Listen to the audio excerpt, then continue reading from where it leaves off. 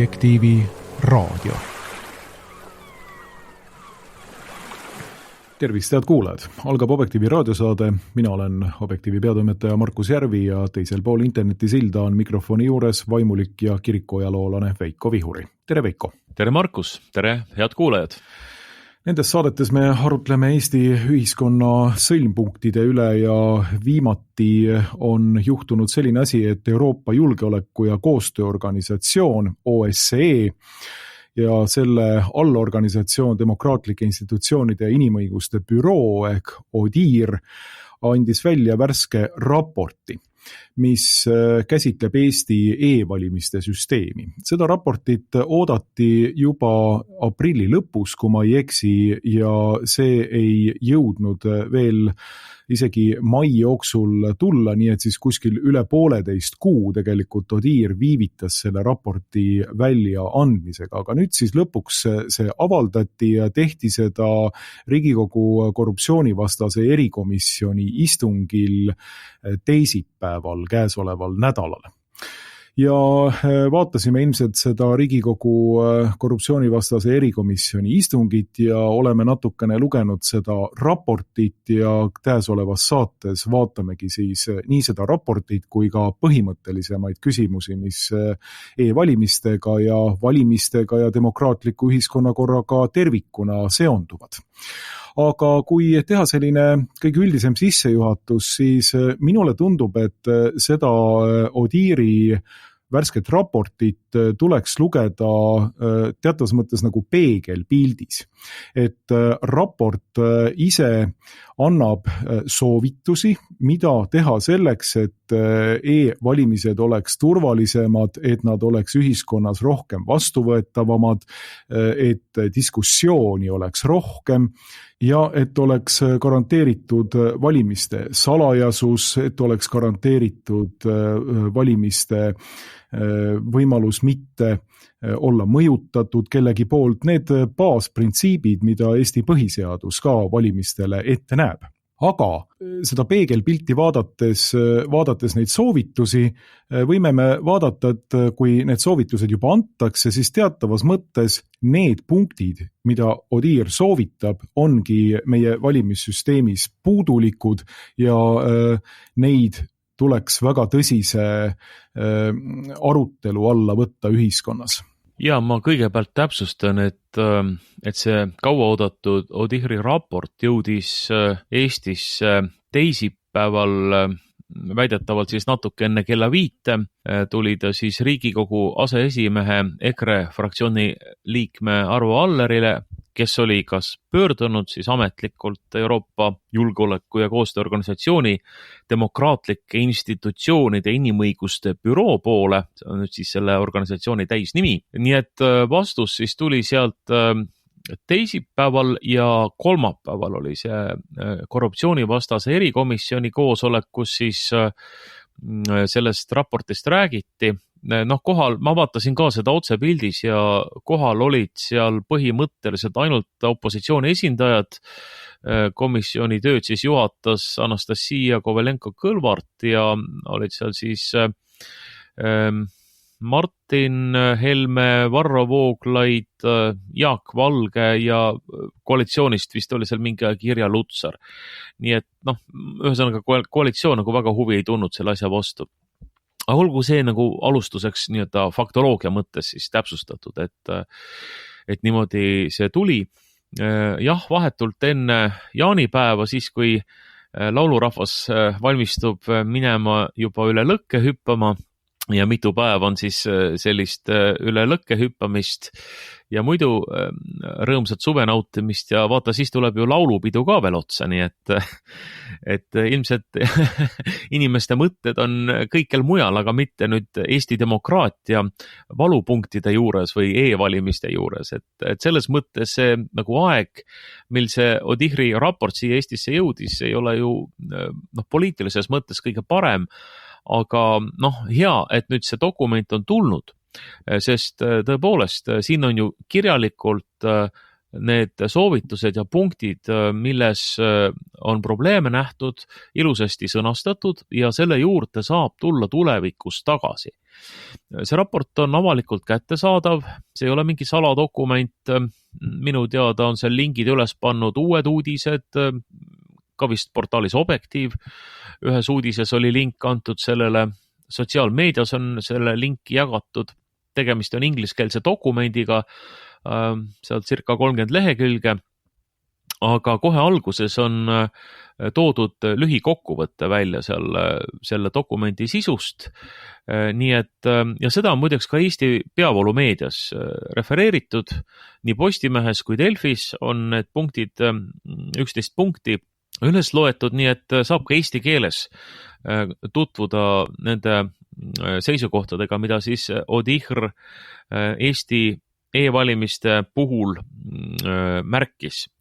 Ja kui niimoodi silmad üle lasta nendest 11 punktist, et siin on hästi niisugused üldisi asju, et kui võtta kohe esimene ette, et tulevikus tuleks e-hääletust puudutavaid olulisi muudatusi seadusandluses teha alles pärast laiapõhjalist avalikku arutelu ja parlamendi ning ühiskonna selget toetust.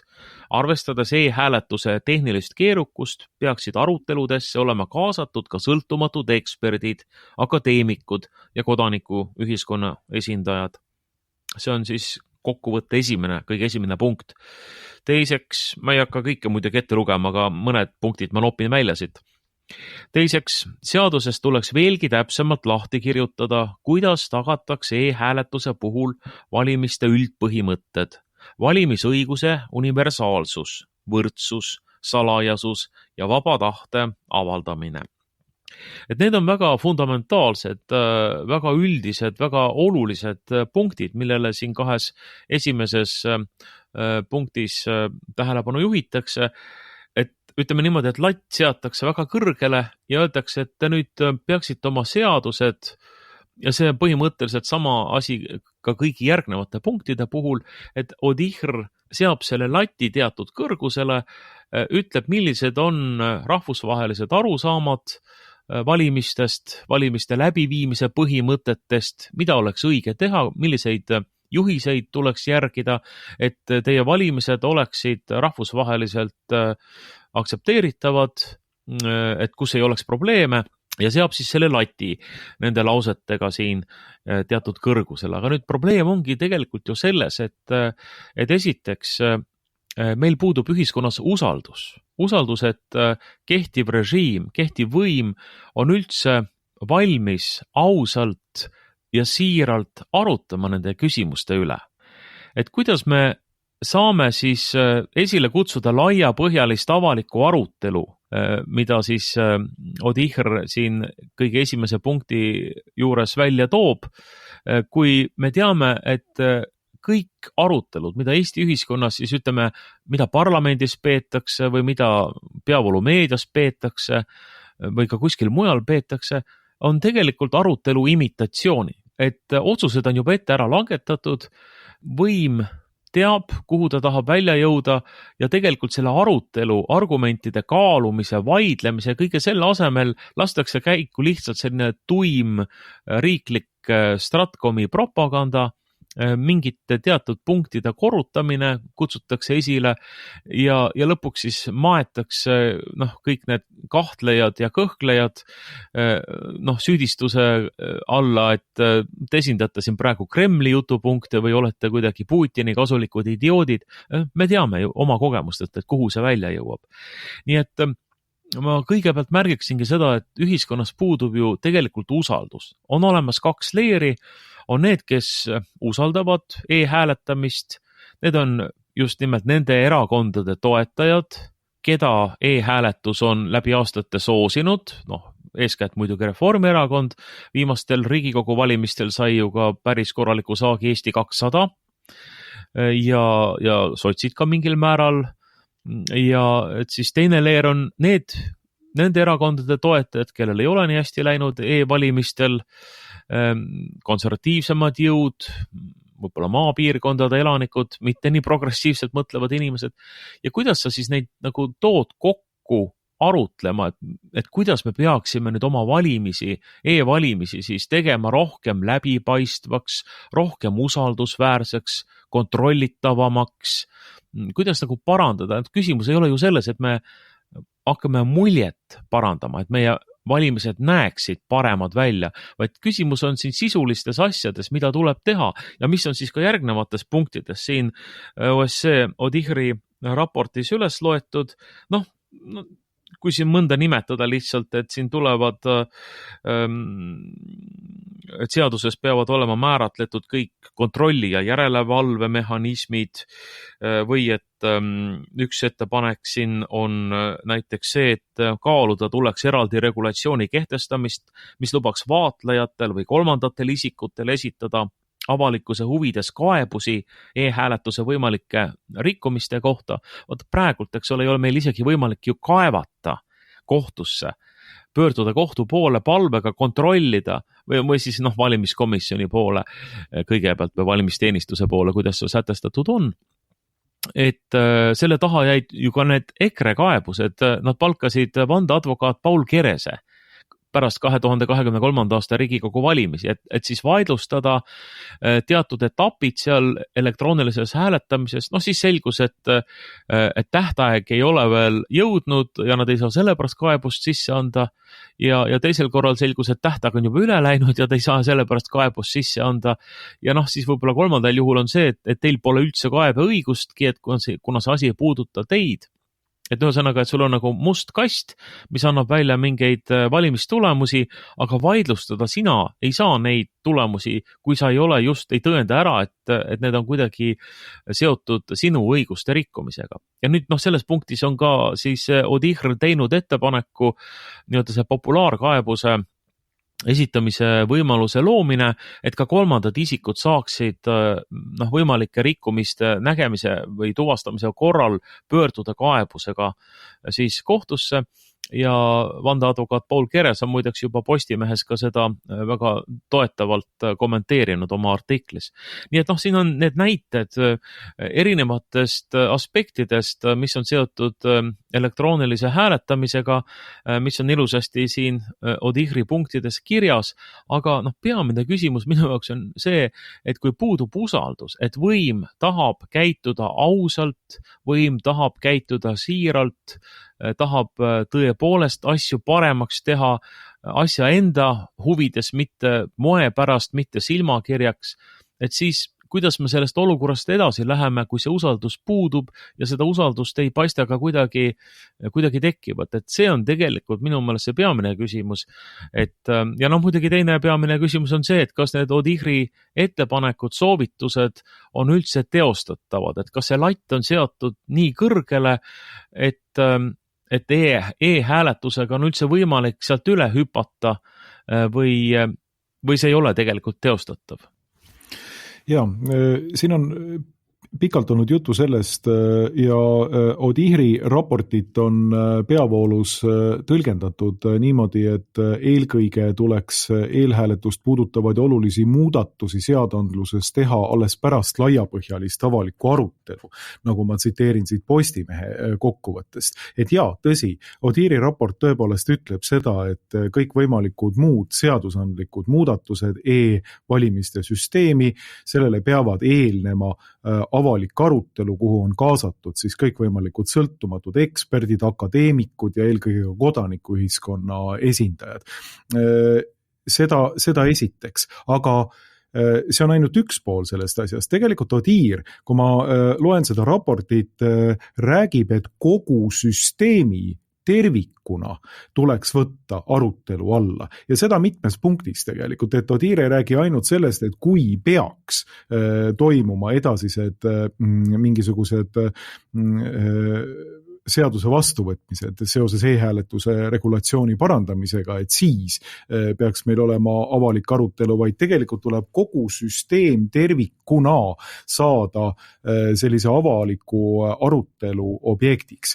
Et kui me nüüd loeme siit näiteks ERR-i uudiste kokkuvõtet, mis kannab sellist huvitavat pealkirja, et OSCE soovitab e-valimisi seaduses täpsemalt reguleerida ja teha teavitustööd. Ehk siis põhimõtteliselt suhteliselt selline neutraalne raport, mis ütleb lihtsalt, et kõik on väga suurepärane, aga natukene tuleb paremini reguleerida ja loomulikult siis tuleb hakata tegema teavitustööd, et siin enne saadet juba rääkisime, et siin ilmselt väga paljud teavitustööfirmad ja riiklik Stratcom hõõrub juba käsi, et mitme miljoniga me siis hakkame neid nii-öelda teavitusbuklette ja videoid ja kõikvõimalikku teavituskampaaniat siin tegema, et oodata on jällegi miljonisadu riiklikule Stratcomile.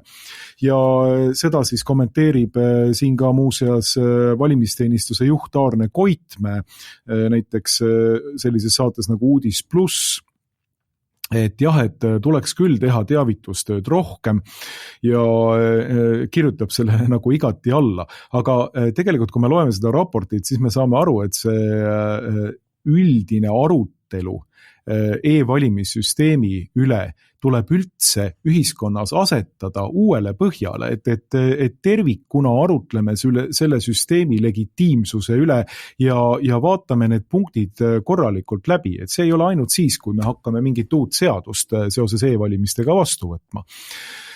Ja selles Riigikogu korruptsioonivastase erikomisjoni istungil tuli välja ka see, millele juhtis tähelepanu Jaak Valge.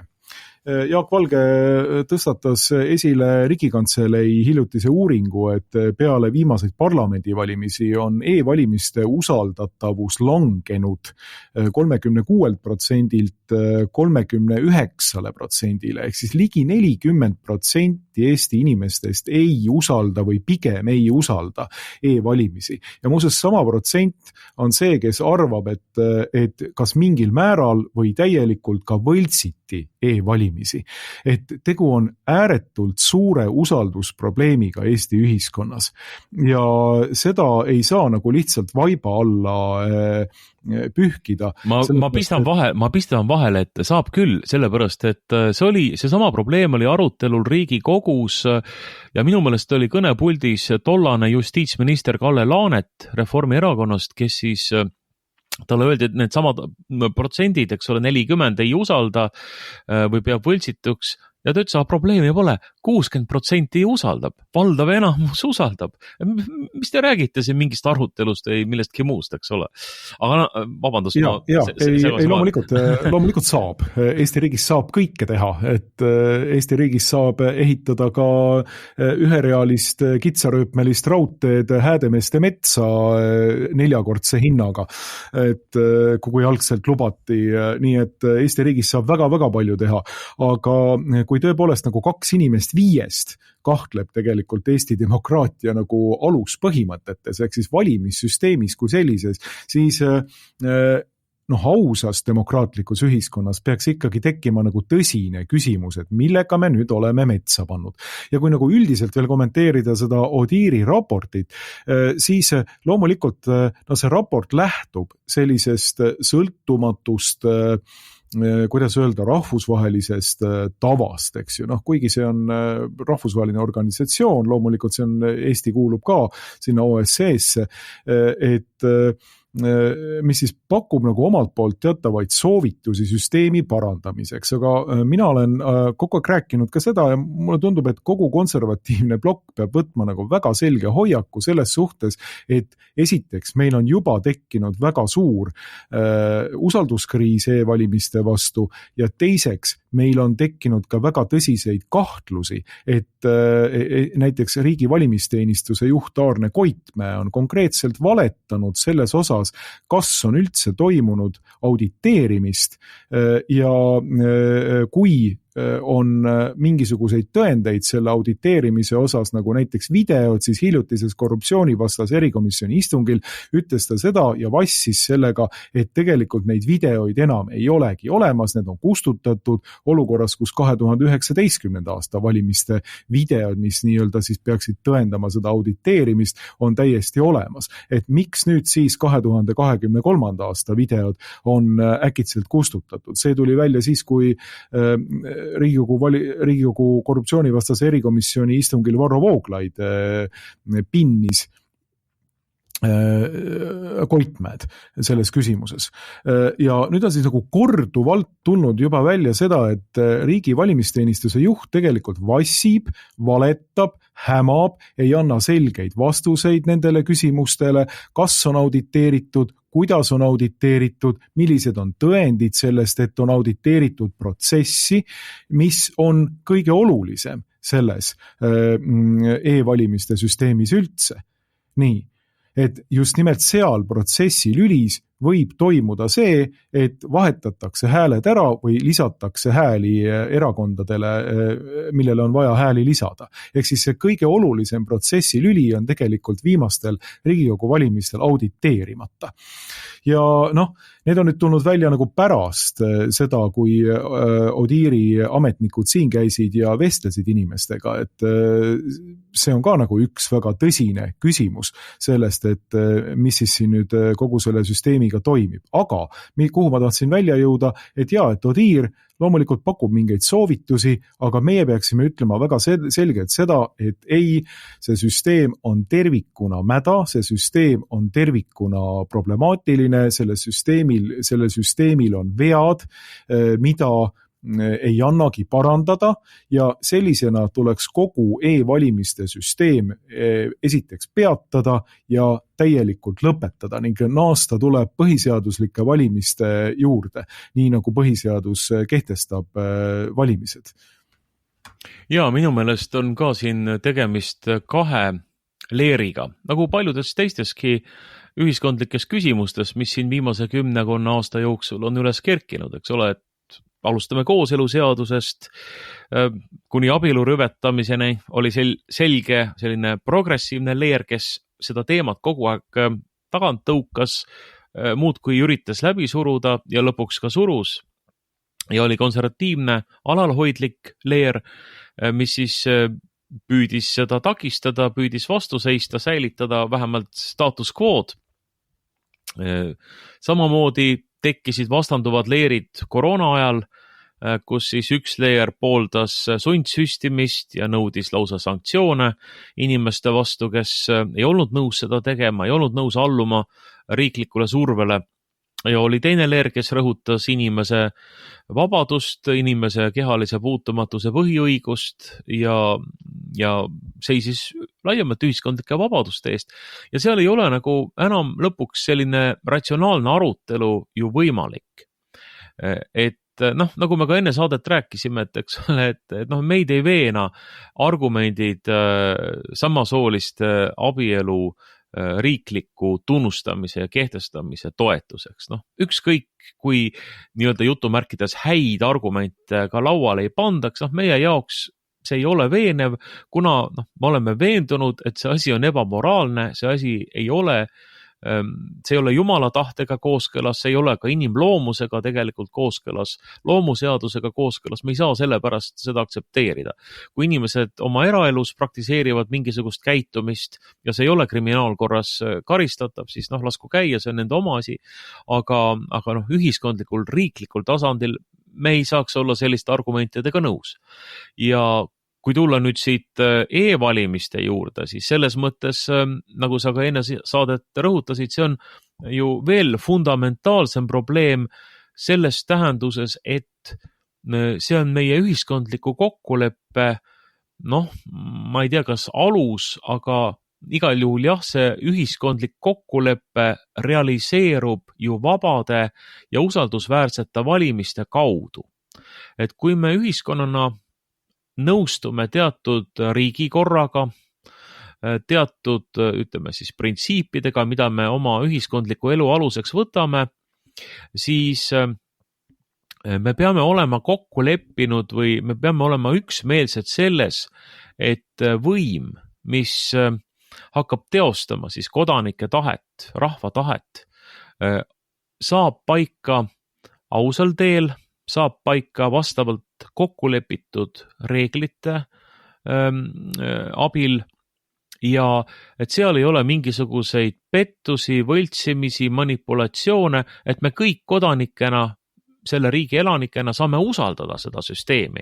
See on nagu see asja tuum tegelikult ja see on ka see põhjus, miks mina ei saa mitte mingil tingimusel olla sellises progressiivses leeris ka e-valimiste puhul, kus siis nähakse, et see on nagu mingisugune Eesti demokraatia suur kroonijuveel, mingi unikaalne, ainulaadne asi, mis on maailmas ainult Eesti väikeses Eesti riigis, e-riigis, nutikas e-tiigris, kes siis õpetab kogu maailmale, kuidas elektrooniliselt demokraatiat teha veelgi kaasavamaks, veelgi laiapindsemaks, ja me tegelikult teame, et ei ole võimalik üldse kontrollida elektroonilist hääletamist, et kas see üldse vastab nende inimeste tahteavaldusele, mida nad valimispäeval tegid, või on kellelgi ligipääs sellele mustale kastile, võib-olla, et keegi midagi programmeerib selles mustas kastis, kas siis ette või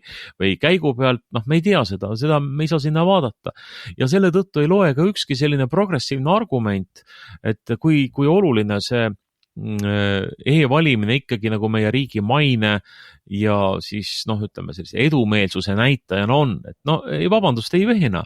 Ei, see ei ole üldse oluline. Oluline on ju see, et meil oleks, kui me oleme otsustanud, et me oleme demokraatlik ühiskond. Ja tundub, et me, ühiskonna valdav enamus seda toetab, seda mõtet, et oleme siis demokraatlik õigusriik. Ja siis sellisel juhul peavad olema valimised läbi viidud selliselt, et me kõik saame seda lihtsate vahenditega veenduda, et valimised on olnud ausad ja et me saame usaldada seda võimu, mis tekib, mis saab oma mandaadi, mis saab oma legitimatsiooni valimiste kaudu. Kui meil selle koha peal usaldus ära kaob ja me ei saa olla veendunud, et meile räägitakse õigust, et meie tahtega reaalselt ka arvestatakse, et siis sellisel juhul loomulikult ei saa olla usaldust mitte ainult valimiste suhtes, vaid ei saa olla usaldust ka selle võimu ja selle režiimi ja ka selle riigi suhtes ja üldse ühiskondliku elu suhtes nagu laiemas plaanis, sest kui nad valetavad, võltsivad, vassivad valimiste käigus, siis nad teevad ju seda ka kõikides muudes sellistes võimukasutusega seotud küsimustes või vähemasti, kui see kasulik on neile. Nii et see on absoluutselt number 1 probleem, mis tuleks ära lahendada enne, kui me üldse ühiskonnana saame edasi liikuda. Me oleme sellest varasemates saadetes ja mõttevahetustes ju ka rääkinud, et kui me räägime Eesti ühiskonna või Eesti riikluse restardist, et on vaja korraks tõmmata see juhe nagu seinast välja ja siis vajutada nuppu, panna masin uuesti tööle. Ja seda tuleb teha ilma elektroonilise hääletamiseta. Kuidas selleni jõuda, et e-valimised ära jätta, sest need on ju kirjutatud seadustesse, valimisseadusesse ja kõik võimalikesse muudesse õigusaktidesse, mis reguleerivad elektroonilist hääletamist. Ja seda ära muuta saab ju ainult Riigikogu enamus. Kui Riigikogu enamus seda ära ei muuda, siis e-valimised kestavad järgmisel korral ja ülejärgmisel korral ja kõikidel valimistel senikaua, kuni võib-olla tekib see enamus, kes tahaks seda ära muuta. Aga kui see on teatud enamusele kasulik, et see põlistab nende võimul viibimist ja kindlustab nende positsioone, siis muidugi nad ei ole huvitatud sellest. Ja siis võib ühel hetkel juhtuda hoopis see, et see pinge ei lahene mitte parlamendisaalis, vaid see pinge avaldub tänaval. Või ütleme, rahvas, mingid inimesed, aktivistid tulevad barrikaadidele. Ja loomulikult muidugi Eesti Vabariigi puhul on ka see õnnetu asi veel võimalik, eks ole, et selle probleemi lahendab ära meie jaoks idanaaber. Me oleme seda oma ajaloos ju ka näinud, eks ole, et 34. aastal haaras Päts koos Laidoneri ja August Reiga võimu, tegi riigipöörde, pani vapsid kinni, keelas ära erakonnad, ajalehed pandi kinni ja põhimõtteliselt see olukord kestis kuni 40. aastani, eks ole. 39. aastal tulid Vene baasid siia sisse, 40. aastal nüüd just juunikuus Venemaa ehk siis Nõukogude Liit esitas ultimaatumi, marssis sisse, muutis riigikorda ja ei olnud ka ühiskonnas enam seda vastupanutahet. Eliit ise tegelikult otsustas hääletu alistumise kasuks ja selles mõttes võib see ju kõik korduda mingil viisil, ajalugu kunagi kordu täpselt samamoodi, aga see on ka meie nii-öelda laiemat julgeolekut silmas pidades ju ääretult kahjulik, kui ühiskonnas puudub tegelikult üksmeel ja üks arusaam, kuidas meie riigi alused peaksid olema paika pandud. Et kui poliitikas võib vaielda, alati erinevad erakonnad vaidlevad ja erinevad poliitilised jõud kaklevad lausa seal omavahel, et see on ja see jääb, aga kui meil ühiskonnas laiemalt ei ole usaldust üksteise suhtes ja selle riigi aluste suhtes, et siis ei ole sellist olukorda, nagu ma enne oma vahele pistes ütlesin, see oli Kalle Laaneti kommentaar siis, et aga mis probleem, et kui 60% usaldab e-valimisi, siis pole üldse probleemi. Et see 40% usaldamatust, 40% inimesi, kes arvavad, et see asi ei ole puhas, see ei ole aus, et seda on liiga palju, seda ei tohi olla, ühiskond on lõhki niimoodi. Ja ongi päris tõsiselt lõhki. Ja ma arvan, et tegelikult eks see Odihri raport tõenäoliselt kasvatab veelgi nende inimeste hulka, eriti kui hakatakse süvenema üksikutesse punktidesse ja me saame nagu tavainimestena ka aru, et need valimised ei vasta nõuetele. Me ei suuda neid teha sellisteks, et rahvusvaheliselt nad oleksid aktsepteeritavad ja et üldse on võimalik niimoodi edasi minna Eesti demokraatiaga, et me, ma ei tea, teeme siin ainult mingid teavituskampaaniaid ja mainekujunduskampaaniaid ja Koitmäe või mõni tema järeltulija näitab meile ekraani peal mingisuguseid tulukesi ja tabeleid ja ütleb, et vaat see nüüd ongi kontroll teile. Et ei, me peame alustama restardist, me peame alustama puhtalt lehelt, peame alustama ilma e-valimisteta ja siis kui on tekkinud see alus ja see olukord, kus ühiskond saab rahulikult ilma propagandata, ilma sellise võlts narratiivide esitamiseta arutada nende asjade üle, et siis me saame edasi minna ja see on see, kuhu me tegelikult peaksime välja jõudma tulenevalt sellest, aga ma muidugi kahtlen selles, ma arvan, et tegelikult hoopis vastupidi, et keegi võimulolijatest ei kavatse siin mingisugust ausat mängu mängima hakata. No Odihri raport tegelikult annab meie nagu riigi nomenklatuurile ette sellise suurepärase võimaluse seda raportit, kuidas öelda siis, maha mängida.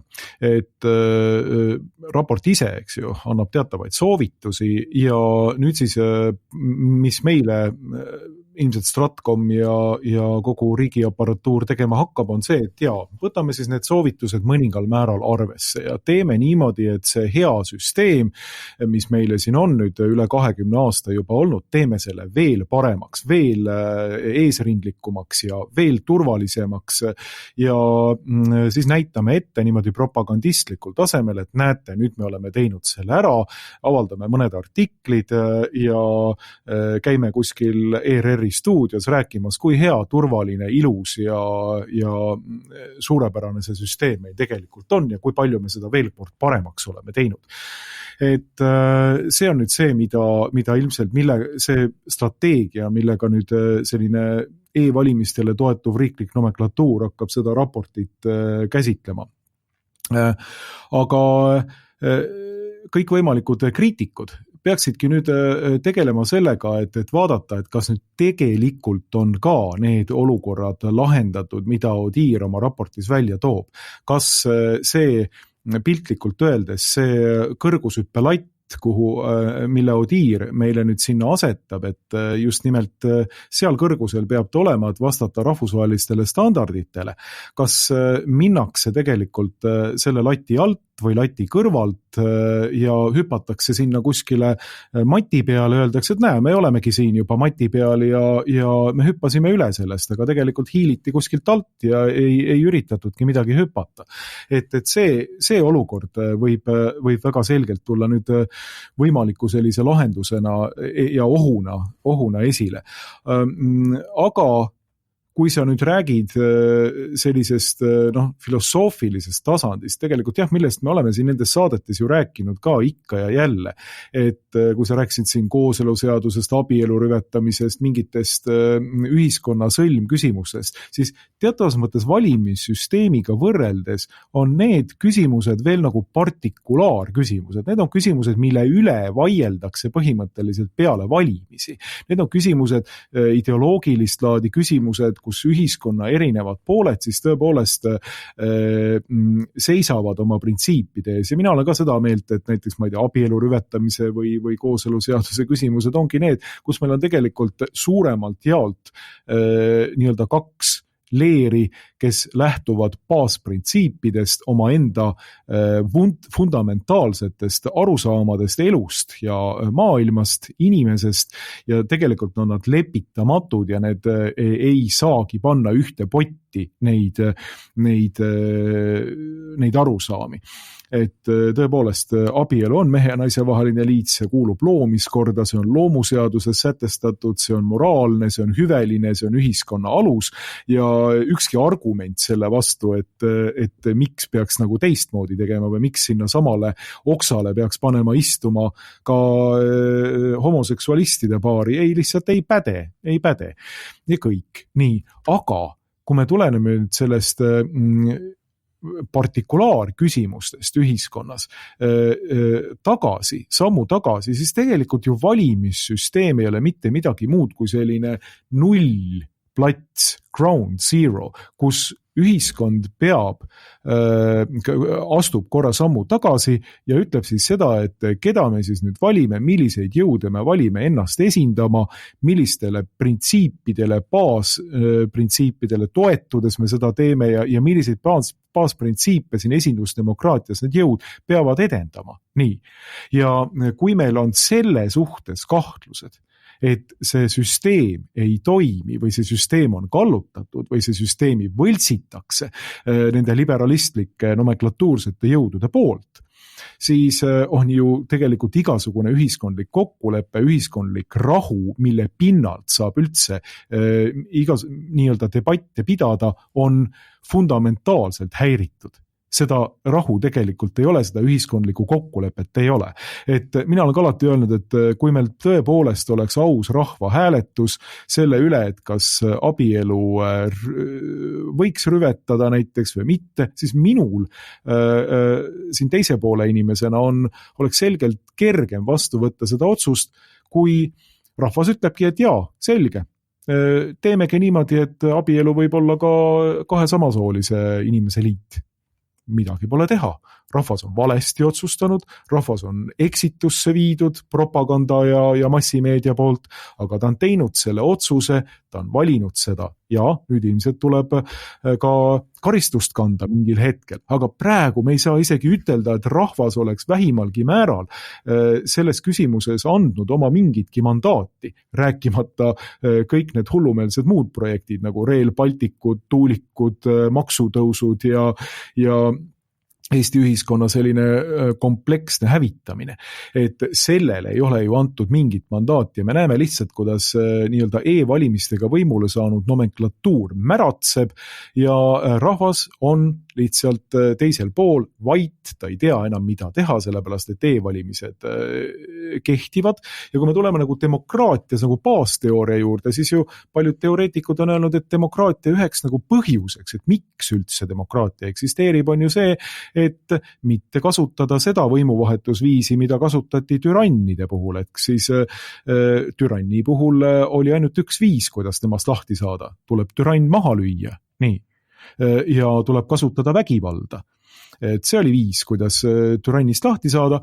Demokraatias peaks võimuvahetus toimuma tänu ausatele, legitiimsetele, kõikide poolt usaldatud valimistele rahumeelsel viisil, nii et ka kaotaja pool võiks aksepteerida seda valimiskaotust omaenda praegust nii-öelda allajäämist ühes või teises küsimuses, sellepärast et rahva enamus on niimoodi otsustanud. Vastasel korral oleks meil kodusõda või pidev nii-öelda relvade täristamine siin. Aga kui me oleme jõudnud sinnamaani välja, et valimissüsteem kui selline on arvatud kallutatud olevaks. No siis ei olegi rahval ju ülejäänud nendel kahtlejatel enam mitte midagi muud, kui tulla tagasi sinna eeldemokraatliku ühiskonna türanni kukutamise juurde ja põhimõtteliselt hakata ihuma hangu ja kooti, et kuskil millalgi Toompeale välja tulla ja hakata režiimi kukutama. Nii, et see on see tõsine oht, mis kaasneb sellega, kui meil ei ole kõikide poolt aktsepteeritud, heaks kiidetud ja usaldusväärseid läbipaistvaid valimisi, mida e-valimised kahtlemata ei ole.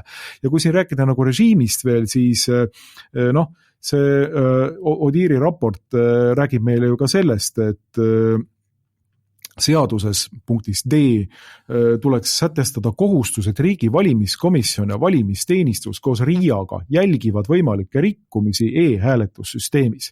Samuti tuleks nõuda, et pärast valimisi tehtaks sihipäraseid kontrolle, eriti olukordades, kus võib kahtlustada kollektiivset või järjestikust hääletamist sama seadme kaudu, ehk siis me räägime sellisest kollektiivsest hääletamisest nagu vanadekodudes ja nii edasi,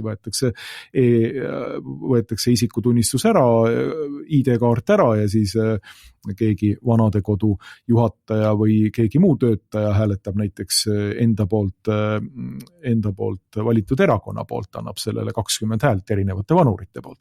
Et see ei ole üldse välistatud praeguses e-hääletussüsteemis. Aga tuleme siis selle juurde tagasi. Tuleks sätestada kohustus, et riigi valimiskomisjon ja valimisteenistus ka RIA-ga jälgivad võimalikke rikkumisi e-hääletussüsteemis. Ja siin ka enne saadet me rääkisime, aga see on ju see printsiip, et kits pannakse kärneriks. Ehk siis teatavas mõttes meie ju ei usaldagi enam riigi valimiskomisjoni, valimisteenistust ja RIA-t. Et need ei ole enam sõltumatud vaatlejad, need ei ole enam organisatsioonid, millele kuuluks rahva jäägitu usaldus, eelkõige peale valimisteenistuse juhi Aarne Koitmäe valetamisi, vassimisi, sellist kokutamist Riigikogu korruptsioonivastases erikomisjonis. Et siin ei ole enam usaldust nende enda vastu ja kogu argument e-valimiste vastu ongi ju see, et just nimelt nendest organisatsioonidest, valimiskomisjonist ja valimisteenistusest võib tulla see alge, kes põhimõtteliselt vassib valimisi, et need on juba võimalikult infiltreeritud süvariigi või valitsevate erakondade või globalistide poolt, kes põhimõtteliselt panevadki sinna süsteemi hääli nii-öelda siis globalistliku režiimile truude erakondade poolt. Nii, see on ju see kahtlustus. Ja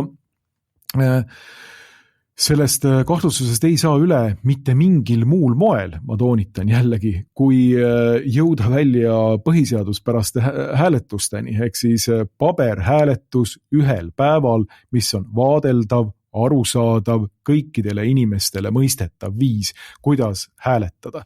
Et muud moodi me sellest tupikseisust, kuhu me oleme e-hääletusega jõudnud, välja ei tule.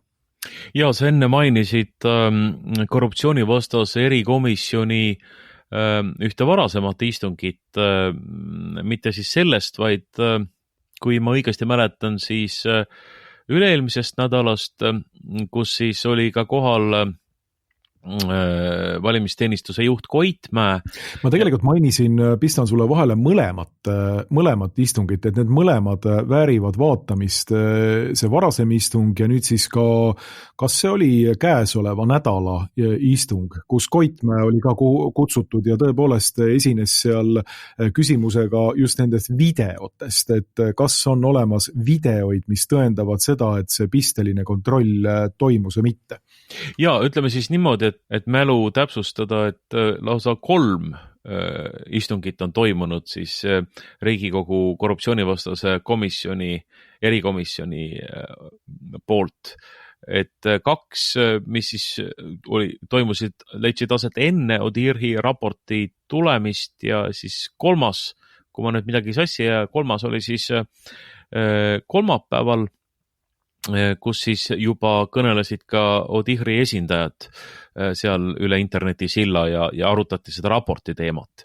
Nii, aga mida ma tahtsin öelda, et nüüd jah, just enne selle Odihri raporti välja tulemist ju tuli ju selles mõttes ääretult skandaalne fakt ilmsiks või tõsiasi sai ilmsiks, et seda me teadsime juba käesoleva aasta talvest, kui Tallinna Tehnikaülikooli vanemteadur või juhtivteadur Ago Samoson kirjutas, tuginedes siis oma kolleegide uurimistööle Tehnikaülikoolist, kus siis sõnastati selline arusaam või selline tõsiasi, et teatud etapis elektroonilise hääletamise puhul on võimalik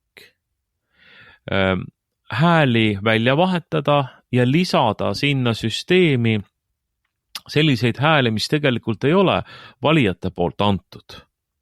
Et kuna ma ei ole IT-ala inimene, siis ma ei hakka nagu lähemalt kirjeldama, kuidas see tehniliselt, mis faasis see käib, vaid ma räägin pigem printsiibist, et kui me nüüd mõtleme valimiste peale, et meile öeldakse teadurite poolt, et on jah, tõesti eksisteerib selline koht elektroonilises hääletamise protsessis, kus on võimalik. Küsimus on selleks üle nende häälte anonüümiseerimises ja ütleme, kui keegi hääletab korduvalt, eks ole, et siis tuleb ju varasemad hääled tühistada, nii et teatud mõttes need hääled peavad olema ju isikuga seotud ja teistpidi, kui need seal kokku loetakse, et siis nad ju ei tohi olla isikustatavad, ehk siis häälte kokkulugejad ei tohi näha, mille poolt hääletas, eks ole, et see on nagu valimiste salajasuse põhimõte. Ja nüüd Koitmäe siis nagu ütles seal komisjoni istungil, et ta ütles juba varem tegelikult, et on tehtud pistelisi kontrolle, pisteliselt on auditeeritud seda etappi. Ja selle peale siis Märt Põder, valimiste vaatleja ja üks ka praeguse süsteemi suuremaid kriitikuid, kes ka tõesti asja tunneb IT-inimesena, ütles, et tema ei mäleta, et selliseid auditeeringuid oleks üldse tehtud. Ja nüüd ongi siis saanud selgeks, et tegelikult ei olegi mingeid tõendeid valimisteenistusele esitada, et neid oleks selles etapis auditeeritud. Ja nüüd ma tahaks kuulajate jaoks nagu sõnastada selle võrdluse, et me kõik saame aru paberhäälte kokkulugemisest. Kell saab 8, valimisjaoskonna töötajad võtavad need urnid või urni, palju neid seal on valimisjaoskonnas, lähevad siis teise tuppa, seal on ka valimiste vaatlejad, erakondade esindajad, avalikkus, kes on huvitatud, urnid valatakse suure laua peale tühjaks ja hakatakse siis neid hääli kokku lugema ja sorteerima. Ja kujutage nüüd ette, et seal ühes etapis öeldakse, et ei, te veel praegu ei saa sisse. Me ei lase teid praegu sisse tuppa, et oodake veel natukene. Ja siis keegi näeb, et sealt kuskilt tagant toast tuuakse mingi teine urn ja üks urn viiakse ära. Et siis me saame aru, et jah, niimoodi on võimalik võltsida. Niimoodi on võimalik tuua hääli kõrvalt sisse. Hääli, mida võib-olla valijad ei ole kunagi andnud, aga mida keegi on nagu sedeli teel eelnevalt ära täitnud ja mingi kindla erakonna ja kandidaadi toetuseks need sedelid sealt tulevad. See on võimalik, aga see on väga vähe tõenäone. Pistaks sulle vahele, et sina võiks veel lisada selle Koitmäe argumendi, et kui keegi küsib, et aga kus me teame, et ei pandud neid hääli sinna, siis tuleb Koitmäe ütleb, et aga meil on tegelikult olemas video, mis tõendab, et just nimelt selles olukorras seal olid olemas audiitorid ja nad vaatasid seda protsessi ja selle tõenduseks on olemas videod. Nii. Ja siis kui me ütleme, et aga palun tooge need videod välja, näidake meile, et seda urni ei toodud tagatoast sinna ja audiitor istus seal selles toas, vaatles seda asja, siis tuleb Koitmäe või selle valimisosakonna juht ja ütleb, et aga tegelikult me oleme kahjuks need videod juba ära kustutanud, et meil ei ole midagi teha sellega. No millise mulje selle jätab muidugi, aga ma annan sõna sulle, palun. ja valimisjaoskonnas võivad ju olla ka turvakaamerad, eks ole. Ja siis ootamatult selgub, et turvakaamerate videod on ära kustunud, kogemata on juhtunud kuidagi niimoodi. Või ei ole korralikku salvestust saadud või on mingisugune, nad on seisma pandud teatud, ma ei tea, paariks minutiks, eks ole, millest siis piisab, et valimisjaoskonna töötaja siis teeb mingit manipulatsioone nende kastidega. Aga me kõik saame aru, et see on väga vähe tõenäoline, see on võimalik, potentsiaalselt on kõiki valimisi võimalik võltsida, absoluutselt. Aga kui valimised viiakse läbi, paberhäältega valimised viiakse läbi vastavalt reeglitele, vastavalt läbipaistvuse ja kontrollitavuse põhimõttele, et ongi niimoodi, et on pitseeritud urnid, kuhu valimissedelid, hääletussedelid lastakse, pärast on kohal vaatlejad, kes vaatavad, kuidas füüsiliselt need hääled kokku loetakse, kui tundub, et mingid hääled kukuvad seal põrandale, eks ole, siis saab öelda, et kuulge, et lugege nüüd see hunnik uuesti üle, et siin nüüd tundus, et midagi nagu pudenes ära või mingi segadus oli, eks ole. See on lihtsasti, hõlpsasti tehtav, aga e-valimiste puhul seda ei ole ju võimalik niimoodi teha, seda ei ole võimalik ka niimoodi vaadelda. Isegi kui meil on mingisugune videojupp sellest, kuidas keegi audiitor teeb pistelisi kontrolle olukorras, kus need e-hääli on ju sadu tuhandeid, eks ole. Kuidas ta siis neid kontrollib? Et see ei ole ju kontrollitav. Ühesõnaga, tegelikult kui me jällegi jõuame sellesse alguse ülevaate juurde tagasi, et mis soovitusi Odihr andis, et siis see kõige esimene soovitus, et see peaks olema või ütleme, see põhimõtteline soovitus, et see peaks olema kontrollitav, see peaks olema vaadeldav, et siis sellest latist ei hüppa elektrooniline hääletus mitte kunagi üle. Et ma ei ole ka põhimõtteliselt nagu selle vastu, et meil ei võiks olla mingisuguseid nii-öelda selliseid hääletuslahendusi, mis on vajalikud näiteks inimestele, kes ei saa valimispäeval jaoskonda minna, kes viibivad Eestist eemal või tahaksid osaleda kodanikena, on õigustatud osalema, ka ei saa. Et võib mõelda välja neid asju, aga see ei saa olla ju niimoodi, et me teeme mingisuguse sellise süsteemi, mille haldamine on tegelikult selle sama riikliku süsteemi käes, mida me ei usalda ja mida me ei saa ka kuidagi kontrollida. Et sellises olukorras tegelikult, ma nõustun, ei ole muud varianti, kui ütelda, et enne me ei saa pidada Eesti riiklikku võimu legitiimseks, kui on toimunud põhiseaduspärased valimised, ehk siis täpselt sellise korra järgi, nagu põhiseadus valimisi ette kirjutab ja ette näeb. Märtsikuu 1.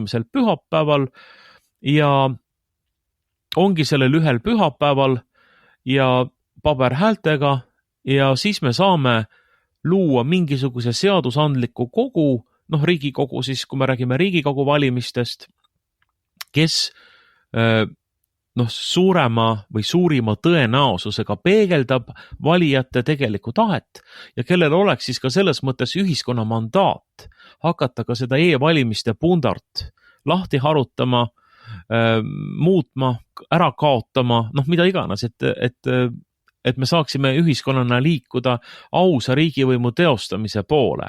Aga nüüd omaette poliitiline küsimus on selles, et kuidas selle olukorrani jõuda, sest nagu me siin juba korduvalt oleme mõlemad ju välja toonud, et ega siis see olemasolev nomenklatuur ei kavatse oma võimust loobuda. Nad ei kavatse ka sellest e-lahendusest loobuda, kuna see on neile nii eluliselt ja oluliselt vajalik. Et nad kaotavad oma võimu ilma selleta ja nad ei kavatse sellest loobuda. Et mis oleks see praktiline samm siis, et kuidas liikuda siis nii-öelda suurema läbipaistvuse suunas. Et minu meelest EKRE esimees Martin Helme siin nendel päevadel ühes intervjuus ütles, et tegelikult tuleks rohkem panna rõhku välisvaatlejatele. Ja nõuda kontrollitavust, igale poole ligipääsu. Ja mulle tundub ka, et kui me ise ei saa enam oma valitsemisega hakkama, et meie need kupjad, kiltrid ja aidamehed on nii ülbeks läinud seal oma soojadel kohtadel, et nad ei kavatse kedagi teist kuulata ega kedagi teist ligi lasta, siis nii-öelda välisvaatlejate puhul nad ei saa vastu vaielda. nad peavad. Ja see on võib-olla see, see praktiline, see jõuõlg võib tekkida sealt, kui me suudame nagu, seda e-valimiste probleemi rahvusvaheliselt üha enam teadvustada. Ma usun, et see ODIHR-i raport tegelikult aitab ka sellele kaasa.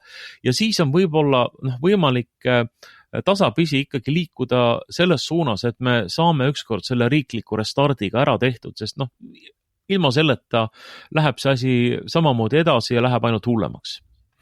Ja kindlasti ma lisaks sinna veel seda, et väga oluline on kõikide nende jõudude koostöö, kes e-valimisi kritiseerivad või neid ei usalda, et kogu see ODIHR-i raporti saamislugu on ju tegelikult hea näide sellisest koostööst, et need olid tänase ERK, Eesti Rahvuslased ja Konservatiivid erakonna liikmed Jaak Valge ja Andres Aule, kes tegelikult panid ette sellise pöördumise üldse ja kirjutasid paljuski selle pöördumise valmis Andres Aule isikus, et Riigikogu teine aseesimees Arvo Aller võiks ODIHR-ile selle pöördumise esitada. Samas jällegi Keskerakonna Anastasia Kovalenko-Kõlvart juhib seda korruptsioonivastast erikomisjoni ja täpselt samuti väljendab nagu väga selgeid positsioone ja kriitikaid e-valimiste suhtes, nagu miks mitte ka, ma ei tea, Isamaa mõningad inimesed, et kõik need jõud Eesti ühiskonnas peaks tegema koostööd, tulema kokku ja mõtlema, et kuidas me nüüd saame sellest süsteemist lahti. Et see on nüüd olukord tõesti, kus ei pea võtma peamiselt ainult parteipoliitilisi punkte ja ütlema, et see on nüüd nagu minu partei asi, et ei, me peame tegelikult ühistöös, et selle loomulikult ideaalis võiks seda teha ühistöös ka Reformierakonna sotsialistide E200-ga, aga seal ei tule nagu absoluutselt mitte midagi, et need nii-öelda, kui ODIHR räägib meie laiapõhjalisest diskussioonikultuurist, argumenteeritud arutelust selles küsimuses, siis sealt tulevad meile põhimõtteliselt Stratkomi jutupunktid ja süüdistused putinismis ning selline infantiilne ideoloogia sellest, kuidas me peame lihtsalt suurte silmadega vaatama meie valimissüsteemile otsa ja usaldama seda nagu väikesed 6-aastased lapsed oma issit ja emmet. Et see ei kõlba nagu ühiskonnas mitte kuhugi, et selline positsioon tuleb nagu kohe eos välja naerda. Aga need jõud, kes tõepoolest seisavad selle põhiseaduslike valimiste kaitsel ja tahavad taastada neid, tahavad e-valimisi peatada ja lõpetada, need jõud peaksid tegema koostööd.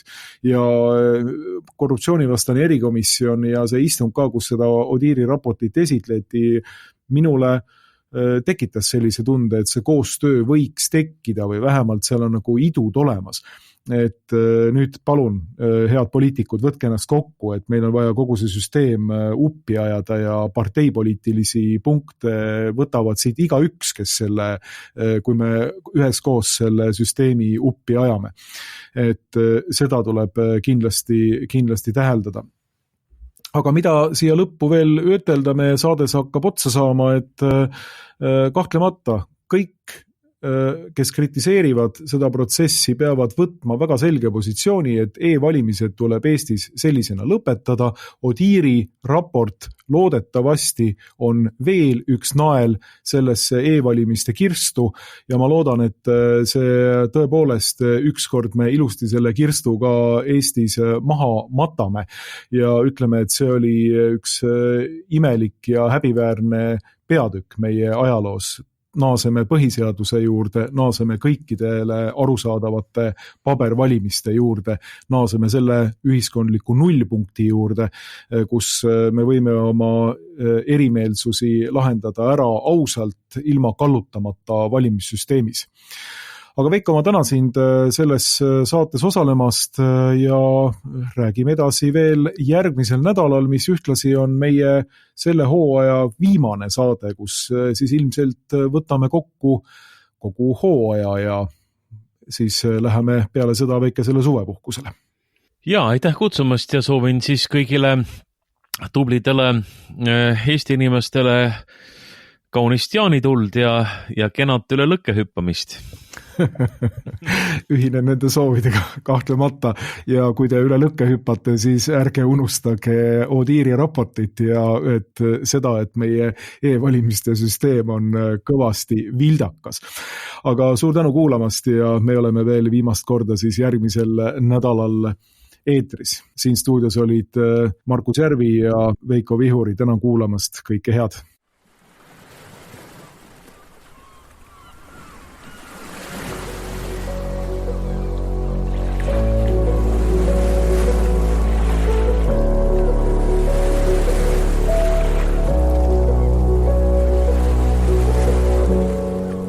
Objektiivi raadio.